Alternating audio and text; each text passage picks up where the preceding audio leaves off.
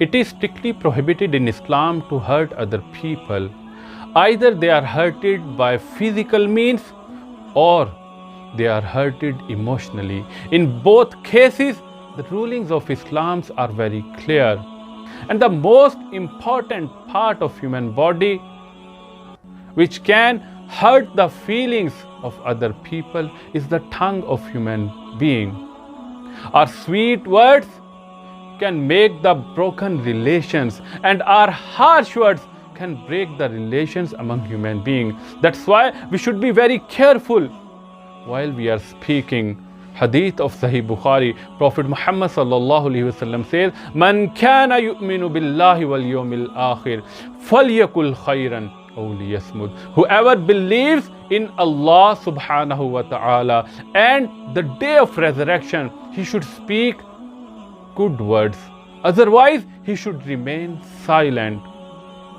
It means a believer will speak only good words, otherwise he will remain silent. What if I am talking about nonsense? What if I am talking about useless words? And what if my words are hurting other people? It means my belief in Allah is not pure. I don't believe that I will be questioned about my words on the day of resurrection. Allah mentions in Holy Quran, "Ma yalfizu min qawlin illa ladayhi raqibun atid." A single word which is uttered, vigilant observer is ready to record whatever I speak from my tongue. And it will be questioned on the day of resurrection. That's why if I will have this belief, I will speak only good words. Otherwise, I will remain silent. Prophet Muhammad sallallahu alaihi wasallam has put our faith, has put our belief on stake in case if we are speaking nonsense, in case if we are speaking about useless words. Another hadith of Prophet Muhammad sallallahu alaihi wasallam, "Idha asbaha ibnu Adama fa innal a'da'a kullaha tukaffiru al-lisan." Whenever son of Adam wakes up in the morning, all parts of body are humbly requesting in front of tongue. فَإِنَّ الْأَعْضَاءَ كُلَّهَا تُكَفِّرُ اللِّسَانَ فَتَقُولُ اتَّقِ اللَّهَ فِينَا. And all parts of body are requesting in front of tongue that fear Allah regarding us. فَإِنَّمَا نَحْنُ بِكَ. In fact, we all are attached with you.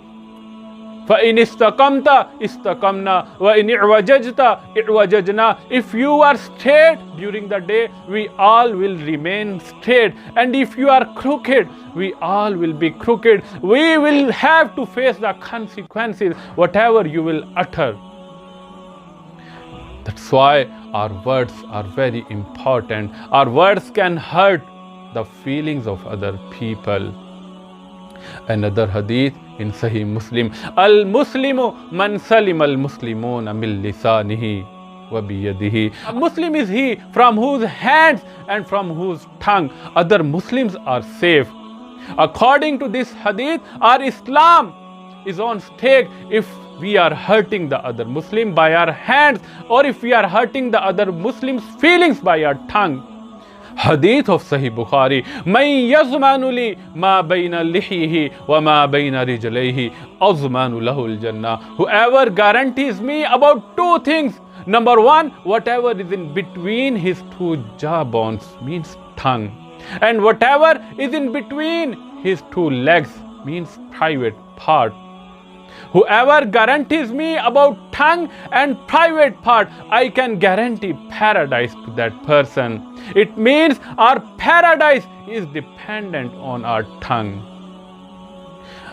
A very important sin which has not been given any weightage by most of human beings, by most of people, is backbiting. Talking about other Muslims, talking about other people in their absence, what they don't like. Allah mentions in Holy Quran, "Ya ayyuhalladhina amanu ijtanibu kathiran minaz-zann." O you who have believed, ijtanibu kathiran minaz-zann. Avoid from most of negative assumptions. Inna ba'daz-zanni ismun wa la tajassasu. Because most of negative assumptions are sin. And don't spy وَلَا يَغْتَبْ بَعْضُكُمْ بَعْضًا. And don't backbite each other. أَيُحِبُّ أَحَدُكُمْ أَن يَأْكُلَ لَحْمَ أَخِيهِ مَيْتًا فَكَرِهْتُمُوهُ وَاتَّقُوا اللَّهَ. Would any one of you like to eat the flesh of his dead brother? فَكَرِهْتُمُوهُ. You will detest it. وَاتَّقُوا اللَّهَ. And fear Allah. Inna Allah tawwabur rahim. Surely Allah accepts the repentance and He is most merciful. The sin of backbiting is as to eat the flesh of dead brother. And hadith of Sahih Muslim, Prophet Muhammad sallallahu alaihi wasallam asked from his companion, Anna Rasulullah sallallahu alaihi wasallam قال أتدرون ما الغيبة. Prophet Muhammad sallallahu alaihi wasallam asked from his companion, do you know what is backbiting? قال الله ورسوله عالم. They say Allah and His Messenger know the best. قال ذكرك أخاك بما يكره. You are talking about your brother in his absence in such a way which he does not like. قال أفرأيت إن كان في أخي ما أقول. Prophet Muhammad sallallahu alaihi wasallam was asked, what's your opinion if I actually find that failing in my brother which I have mentioned of? In kana fi akhihi ma taqul faqad ghtabahu wa illam yakun fihi faqad bahatahu. Prophet Muhammad sallallahu alaihi wasallam says, if you actually find that failing in your brother what you have asserted, then in fact you have backbited your brother. And if that is not the case, then you have made a big slander. So talking about your brothers, talking about other Muslims in their absence, what they don't like, it is actually backbiting, and it is as like to eat the flesh of dead brother. That's why we should be very careful while we are talking. Hadith of Prophet Muhammad sallallahu alaihi wasallam, innal abda la yatakallamu bil kalimati ma yatabayyanu fiha yanzilu biha fin nari ab'ada ma bayna al mashriqi wal maghrib. Hadith in Sahih Bukhari and Muslim.